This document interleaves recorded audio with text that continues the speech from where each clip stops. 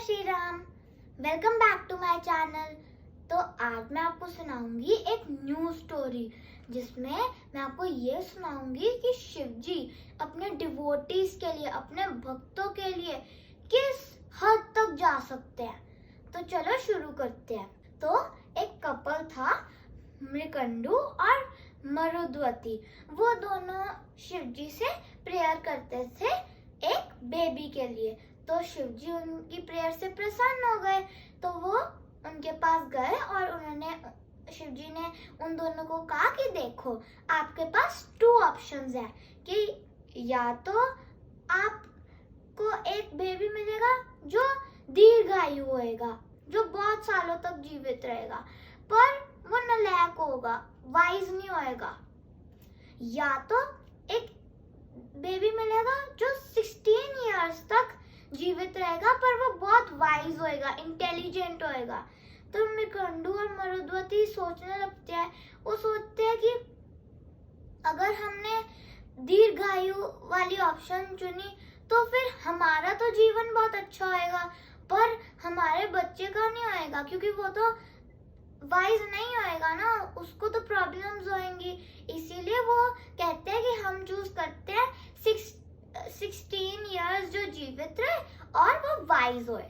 तो शिव जी उन्हें ये वरदान दे देते हैं। तो वो अपने बेबी का नाम रखते हैं मार्कंडे। तो मार्कंडे ना बचपन से ही बहुत ही वाइज होते हैं, बहुत ही इंटेलिजेंट होते हैं।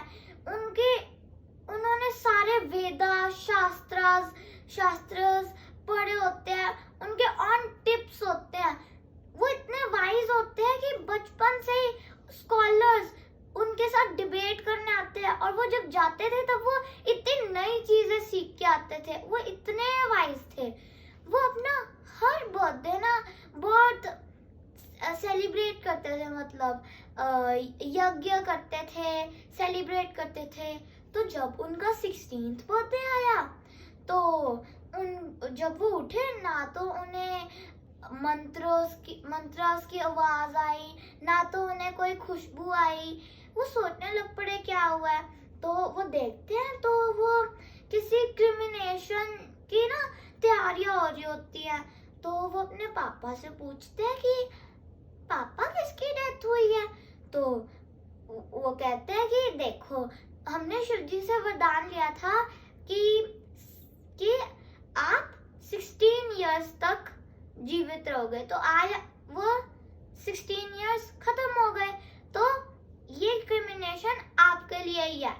तो मार्कंडे जी हैरान हो जाते हैं। वो सैड फील करते हैं कि मेरे मम्मा पापा कुछ हो ही नहीं रहा। अगर मेरी डेथ हो भी गई तो वो क्रिमिनेशन की रेडी कर रहे हैं, उन्हें कुछ सैड फीलिंग नहीं आ रही। तो फिर अपने मम्मा को कहते हैं कि मम्मा आप भी। तो मारुद्वती माता जी कहते हैं कि देखो, हमने वरदान लिया था, अब आपका टाइम खत्म हो गया है। तो अगर हम सैड होंगे तब भी आपको जाना पड़ेगा, और नहीं होंगे तब भी आपको जाना पड़ेगा। तो जाना तो आपको पड़ेगा ही।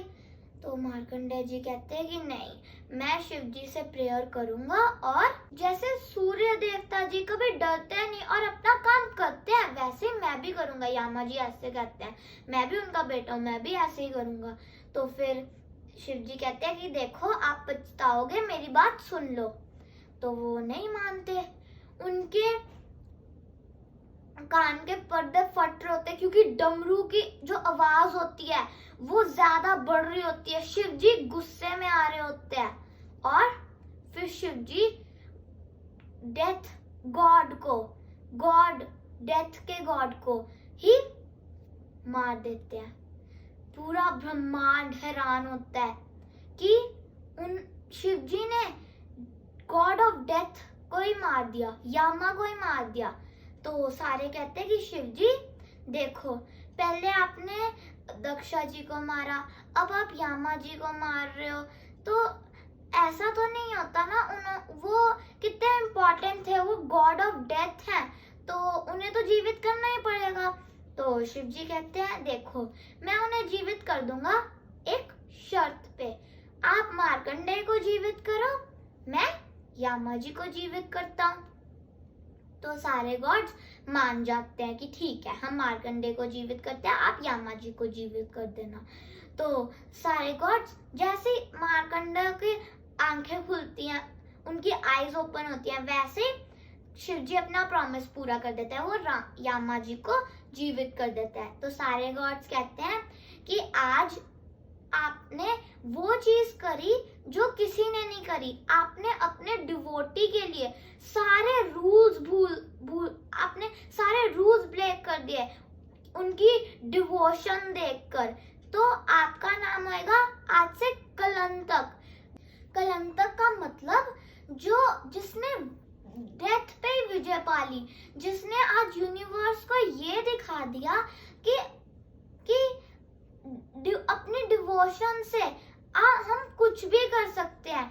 और वो सारे भगवान कहते हैं कि जो वर्ड्स आज मार्कंडेय ने आपको खुश करने के लिए, आपको प्रसन्न करने के लिए जो आज यूज किए थे, वो वर्ड्स कहलाएंगे महामृत्युंजय मंत्र। फिर शिव जी अपने गोदी में लेते हैं मार्कंडेय जी को, और मार्कंडेय जी को कहते हैं शिव जी कि आपके जो पेरेंट्स ने डिसीजन लिया ना, वो बहुत अच्छा लिया था। तो मार्कंडेय जी कहते हैं कि उन्होंने थोड़ी ना लिया था, आपने ही उनके लिए चॉइस बना के रखी थी। आपको पहले से ही पता था कि वो कौन सी डिसीजन लेंगे, उन्होंने थोड़ी ना डिसीजन ली। तो वो स्माइल करते हैं और सारे डमरूज भी हंस रहे होते हैं। तो हमारी चॉइस थोड़ी ना होती है, गॉड ने पहले ही हमारे लिए चॉइस डिसाइड करके रखी हुई है।